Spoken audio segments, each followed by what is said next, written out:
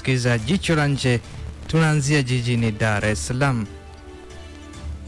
Rais Samia Suluhu Hassan amesema mradi wa ujenzi wa matenki ya kupokea mafuta utaimarisha na kutoa hakikisho la usalama wa nishati ya mafuta nchini. Rais Samia amesema hayo jana Kigamboni jijini Dar es Salaam wakati hotuba yake katika hafla ya uwekaji wa jiwe la msingi la ujenzi wa mradi wa matanki ya kupokea mafuta katika bandari ya Dar es Salaam. Amesema mradi huo utaimarisha akiba ya mafuta kimkakati ya taifa na kuongezea nchi uwezo wa kujilinda dhidi ya misukosuko ya kimataifa inayosababisha mabadiliko ya bei ya nishati hiyo. Dodoma. Serikali imesema itaendelea kuratibu na kuimarisha sera, sheria na miongozo inayosimamia programu za mafunzo ya wanagenzi na kuhamasisha sekta binafsi kushiriki kamilifu katika kutoa nafasi za mafunzo kwa vitendo kwa wanagenzi nchini. Hayo yamesemwa jana jijini Dodoma na Waziri wa Nchi, Ofisi ya Waziri Mkuu, Kazi, Ajira na Mahusiano, Deusi Sangu katika Chuo cha Ufundi Stadi Don Bosco jijini Dodoma wakati akifungua awamu ya 8 ya mafunzo stadi za kazi kwa njia ya wanagenzi kwa vijana 5746 waliodahiliwa katika vyuo 46 nchini kwa mwaka 2025-2026, ambapo utekelezaji wa programu umewezesha jumla wanafunzi 93495 hadi kufikia Februari 2026.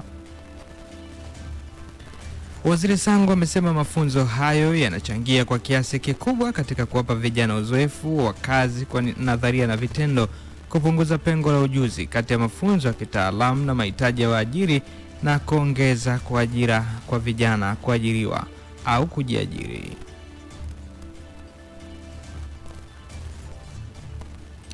Dar es Salaam. Mamlaka ya maji safi na usafi wa mazingira Dar es Salaam DAWASA imefungua dawati maalum la huduma kwa wateja katika mtaa wa Bwawani, stendi ya Makumbusho, ikiwa ni sehemu ya kuelekea siku ya wanawake duniani. Hatua hiyo inalenga kusogeza huduma karibu na wananchi ili kusikiliza kero, kutatua changamoto za bili na kutoa elimu kuhusu maunganisho mapya ya maji na njia za malipo. Dawati hilo litatoa huduma kwa muda wa siku 5 kuanzia jana Machi 3 hadi 7, 2026, likiweka kipaumbele zaidi kwa wanawake ambao ni watumiaji wakuu wa maji majumbani. Afisa huduma kwa wateja wa DAWASA Veronica Sebastian amewahimiza wananchi kujitokeza kwa wingi kupata huduma hizo, huku akisisitiza kuwa malalamiko yote yakiwemo ya uvujaji wa maji na mita utafanywa kazi papo hapo. Unaendelea kusikiza Jicho la Nje kutoka hapa Big City Breakfast, na hivi sasa ni habari za kimataifa.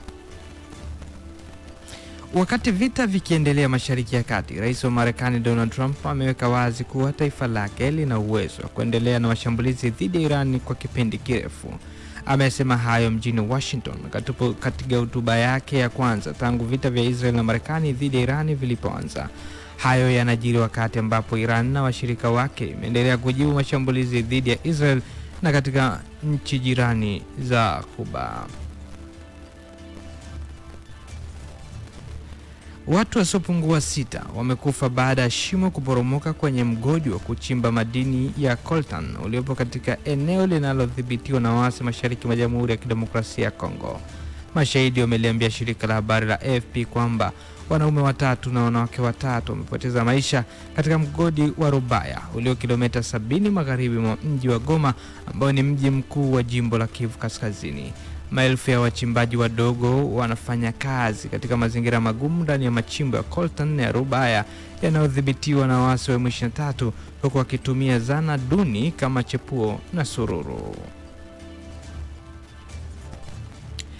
Na maelfu ya wasafiri wamekwama kwenye miji na viwanja vikubwa vya ndege katika mataifa ya Mashariki ya Kati baada ya safari nyingi za ndege kukatizwa na vita vinavyoendelea kwa siku ya 5 mfululizo. Takwimu za taasisi ya Siriam iliyofuatilia usafiri wa anga zinaonyesha zaidi ya safari za ndege 19,000 zilizokuwa zimepangwa kwenda na kutoka nchi za Mashariki ya Kati zimefutwa tangu Ijumaa iliyopita. Viwanja vingi vya ndege vilisitisha safari baada ya Irani kuanza kuvurumisha makombora ya kulipa kisasi kwa mashambulizi ya Israel na Marekani. Miongoni mwa wasafiri waliokwama ni raia wa Marekani ambao Wizara ya Mambo ya Kigeni ya nchi hiyo iliwataka jana Jumanne kuondoka Mashariki ya Kati kutokana na kitisho cha usalama. Na huo ndo mwisho wa jicho la nje kutoka hapa Big City Breakfast, na hivi punde tu ni Sports Countdown. Mimi ni Jamal Mruma. Hii ni Mjini FM, kwetu ni kwako. Jicho la nje.